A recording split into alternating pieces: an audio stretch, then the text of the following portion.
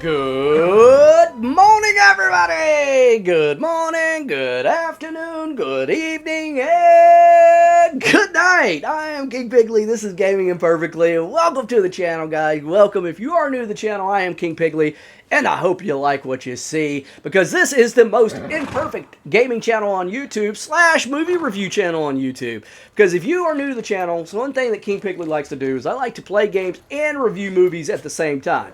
It is totally ADHD fueled.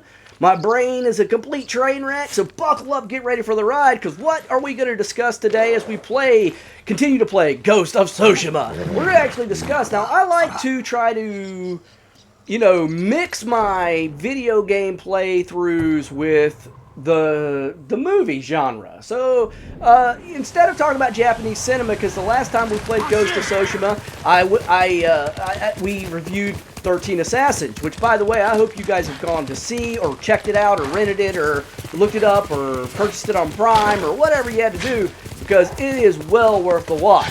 But what I like to do, since we're playing a Japanese samurai game, is that I wanted to discuss a Japanese samurai movie. But that's not always going to lend itself, there's only so much Japanese cinema that a man can talk about, and it's certainly only so much, hey, why are you chopping on people? Leave those poor peasants alone. Oh my God, how dare you, sir, impugn my honor. No. Ooh, this guy's tough. He's gonna be tough, huh? Oh my God. He's gonna kill me? No, I don't think so. I don't think so. Thank you very much. I didn't save the peasants, though. Anyway, enough of this nonsense. Let's get into it, guys. Today, we're actually going to review another warrior-type film. We're going to review 300. Now, I know Greece and Japan are far removed, but it has more to do with the warrior culture, because samurais most certainly are considered some of the finest warriors to ever exist on the planet, and one cannot argue that possibly the Spartans from Greece are, in fact, the greatest warrior culture to ever exist on this planet. I would certainly argue that with anybody who cares to have that argument, because they were. That's just hands down. I would put an army of samurai, an army of Spartans against anybody, because they were 100% brutal in their efficiency with waging war. Oh, so it's a shrine. Well, let's do the shrine. Let's do a shrine while we talk about 300. Now, spoiler alert, guys, there's going to be spoilers involved in this here review. So if you don't want to know, if you haven't seen 300 by now and you don't want to know anything about 300, then I highly suggest that you click off, because there's going to be spoilers involved, and you don't want to be spoiled if you want to see it for yourself. How the heck do we even get up here? Well, there's a bridge. The bridge has collapsed. The way is shut, and the dead keep it. So let's talk about 300. The movie starts out, if you want to talk about a movie, the movie starts out with you seeing a boy being trained in the art of war, which is exactly what the Spartans did. They trained from a very early age. I think they called it yagogi, which is taking children away, male children away from their mothers at about the age of 7, and maybe even earlier, 5. I think it was 7 though. Taking them at the age of 7 and then placing them in camps with one another and then raising them as fighters. They fought each other, they starved them, they intentionally bred dissension in the ranks, and they promoted fighting. I mean, even amongst each other. It helped build camaraderie as well as help basically build a hierarchy within the system and teach them to fight. I mean, you don't learn to fight by not fighting.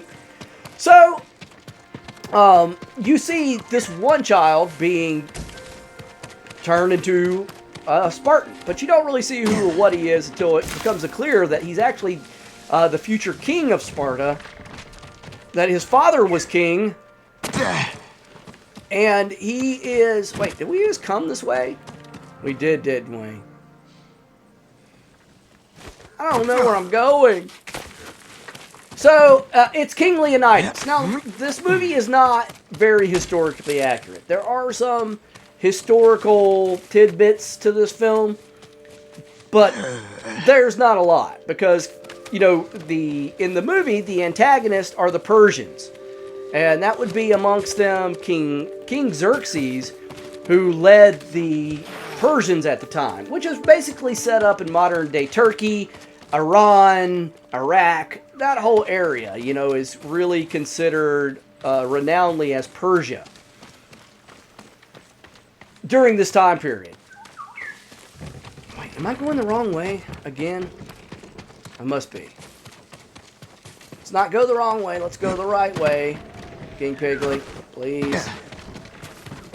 So, Leonidas becomes king of the Spartans, and he rules and all this, that, and the other. Till one day, a Persian messenger shows up in Sparta and says, give us a gift of your submission. Now, he should have known better than to use the word submission with a Spartan in the first place, but apparently he didn't get the memo. So, Leonidas, who is played by Gerard Butler, decides that boot-kicking this guy into the next dimension is the appropriate thing to do. And that's exactly what he does. He kicks him down basically a bottomless pit. And because, that's what we all keep in our kingdoms, is bottomless pits. And they slay the messengers of Xerxes because they refuse to submit. Now, the thing about their culture as well, since we always discuss culture in these talks, we're talking about ancient cultures. We talk about Spartan culture. One, they were a war-waging people, but they are also a devout people when it came to the gods. And the gods only allowed them to wage war at certain times of the year. Because the rest of the time, holy crap, that's a long ways down. Holy crap. The rest of the time, the rest of the year, they could wage war, but a certain point in time was for only honoring the gods. And it was called the time of the Carnia. Oh my... I was too busy talking about the Carnia and jumped right off the fucking ledge. The time of Carnia was set aside for the gods, and that's just all there was to it. The deities had their time. Man could wage war anytime, but they certainly couldn't go up. There you go, Jen. I don't know why I jumped off that cliff a second ago, but I sure as hell did. I was just like, wee! Say hello to mother! Jump right off. So, the honor and respect shrine, the Yagogis, if they couldn't, since they couldn't fight during the time of the Carnia, Leonidas was told by the oracles, who were these old, decrepit men sitting up on top of this mountain. Now, something to understand about the movie 300 is based off a graphic novel. And again, it's loosely based off the actual story of Thermopylae, which is when the Spartans fought the Persians, 300 Spartans. But it wasn't just 300 Spartans. So I think there were also like 1,200 Thessalonians there. And so it was really around 1,600 men, which still isn't a whole lot, against hundreds of thousands of Persians. Still not a great number, but it's still very impressive that these men were brave enough and that the fight lasted for 3 days. Now, in the movie, there's a hunchback who, Spartan children, when they're born, are examined by like a village elder, and he looks them over to make sure they're not puny or deformed or anything like that. And if they are deformed, they kill the children. It was a pretty brutal society. And so, this hunchback was actually where are we going next? Where are we going? What are we doing? You know what, guys? There's stuff we haven't done, I don't think. No, we did that. Well, let's go over here and do whatever mission this is. We have to open this map. Man, it's just taking forever. Which is actually a question I want to ask you guys. When it comes to my playthroughs of this, do you want to just see main missions? Or are you okay just running around with King Piggly and it takes as long as it takes to finish this game? Or do you just want me to stay on track with the main missions and beat this game as quickly as possible? Leave that in the comment section below. I'd love to hear from you on that. Where was I? What was I talking about? Oh, the Hunchback. So the Hunchback was actually of Spartan parentage, but they saved his life by running away, basically, I guess living in the hills. But the Hunchback shows back up when Leonidas and his 300 go marching to fight the Persians. Now, the reason the 300 go marching to fight the Persians is because... Mongol camp that's empty. Did we already kill everybody in here? I don't know. We didn't pick that up.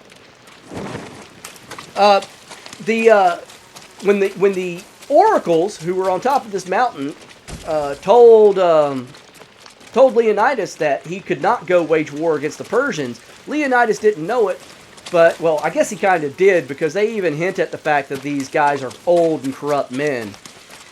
These men, they were already bought and paid for by the Persians, you know, so they were working for the Persians.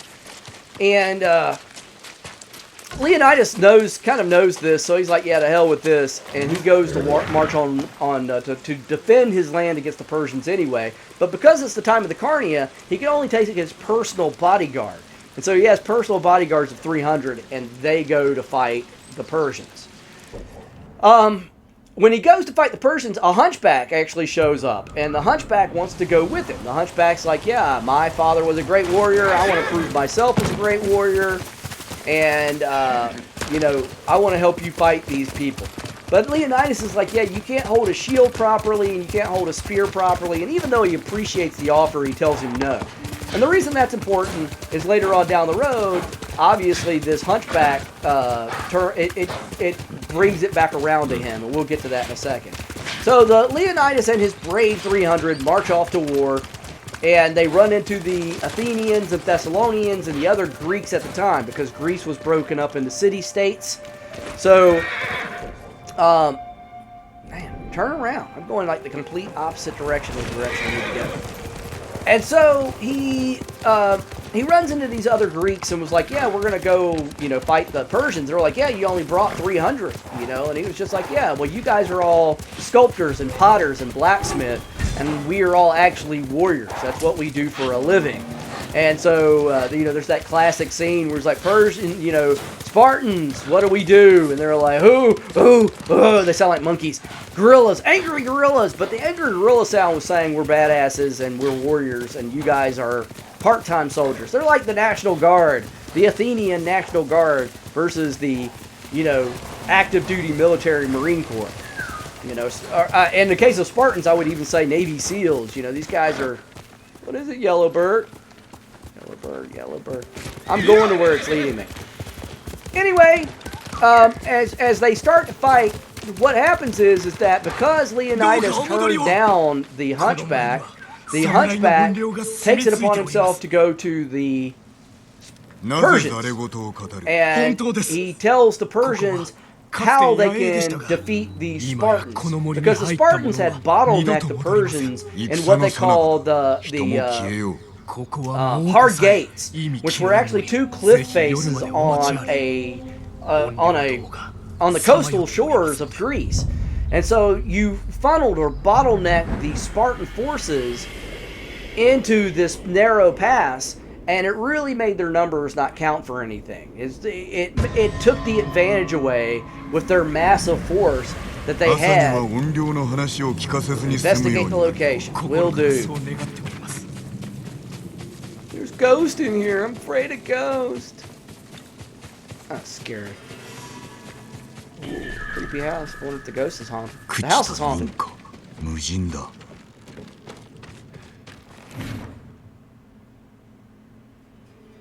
Oh. Clues. Ignore the voices, ignore the voices, ignore the voices. That's pretty horrifying. Ooh, that's so scary. Well, I'm not scared of ghosts, just a guy. I'm gonna go out here and just kai some people. No more than they deserve. So yes, the hunchback goes to Xerxes, and you know, it's like, yeah, they don't. He was like, well, we'll give you women and power and a uniform, and therefore, not this way. He says, we'll give you all this if you betray the Spartans, and he does. And so, you know, he tells them of a old goat path that goes behind the Spartan lines, and that way the Persians are able to get behind the Spartans, and there's really no hope. And they know this. This is the other thing that they are very aware of, the fact that the No dead people.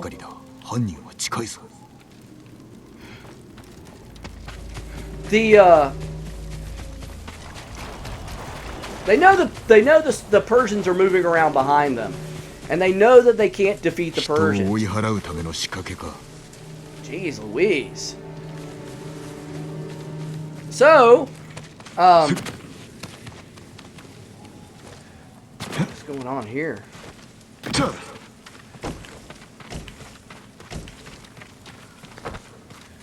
Nothing going on here, it looks like.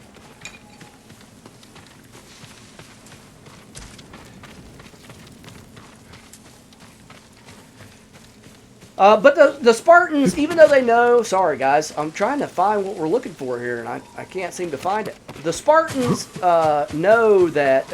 and so do the other Greeks. Know that... that whatchamacallit. That there are bad guys sneaking around behind them. That the Persians are moving in for the kill, basically. And I could have swore there were bad guys supposed to be here. Apparently, I've missed something somewhere.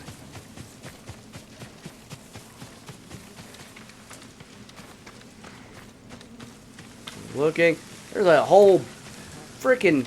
Who's leaving all these dead bodies decapitated laying around everywhere? So, but they choose not to leave. Even though they know that they can't defeat the force, and even though they know that the force is... the force of the Persian forces are... Follow the tracks. Will do. Even though they know this, they choose not to leave. Now, the Athenians leave, and all that good stuff. Again, the Thessalonians decide to stay. The Thessalonians decide to, in reality, in real life, the Thessalonians decide to stay with the Spartans, and they did. They stayed and they died with the Spartans. But in the movie, only the 300 stay, and the Athenians and the Thessalonians leave, and Leonidas and his brave 300 stay to fight the Persians. Woo! You gotta stand a chance. Holy crap. No, we don't need the archers, thank you very much. Yeah. I am a samurai. Get off this hut so I can kill you appropriately. Can I not kill this dude? Well, I'm gonna kill you anyway, just because. Get out of here! Shoot! Yeah, he's not going anywhere. I chased him down. There, forest is safe. Fantastic. All right, we did it. Of course we did. There was never any doubt. So Leonidas dies, and so do all of his 300s. But as we well know, Faramir from Lord of the Rings, Boromir's brother, becomes a Spartan, and he and he leads the rest of the Spartans to victory. Where am I supposed to go?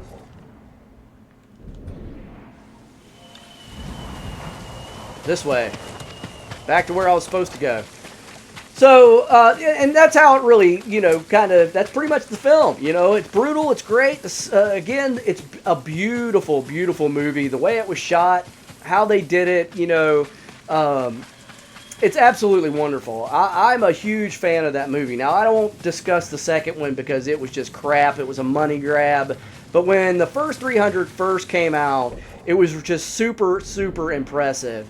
And I highly recommend this movie. If you like action cinema, it's not going to win an Academy Award or anything like that. The acting's so-so. The chick that plays Cersei Lannister in Game of Thrones plays his wife. There's a good banging scene if you're into that kind of thing, like slow-mo banging with Gerard Butler and Cersei. Why not? It's in there. I'm just saying, it's there. And slow motion killing people is one thing, but when you slow motion start banging people, that's when the cinematography really kicks in. I don't know who thought that was a good idea. It's like kind of unnecessary, but whatever. They slow mo a lot in this movie. If you're a fan of slow mo photography or slow mo filmmaking, this is it for you. But that's about it. So let's rate 300, guys. I would give 300 3.5 crowns. I know that's kind of weird, but I'm going to give it 3.5 crowns. It's not the greatest movie to ever be made. And again, I enjoy it. It's fun. It's a fun movie to watch. If you're into blood, guts, and fighting and honor and just fun cinema, it's a fun movie. But aside from that, like I said, it's not going to win any Academy Awards or anything like that. But I recommend, go see it. Let me know what you think about it. If you've seen 300, I'd love to hear from you in the comment section below. Speaking of which, guys, if you haven't done it yet, go ahead and leave me something in the comment section. While you're at it, go ahead and hit that like button, hit the bell. If you're new to the channel, consider subscribing. Keep coming back. King Piggly, the most imperfect host on Gaming Imperfectly, the most imperfect gaming channel / movie review channel on YouTube. But that's it. I'm out of here, and I will see you guys in the next video.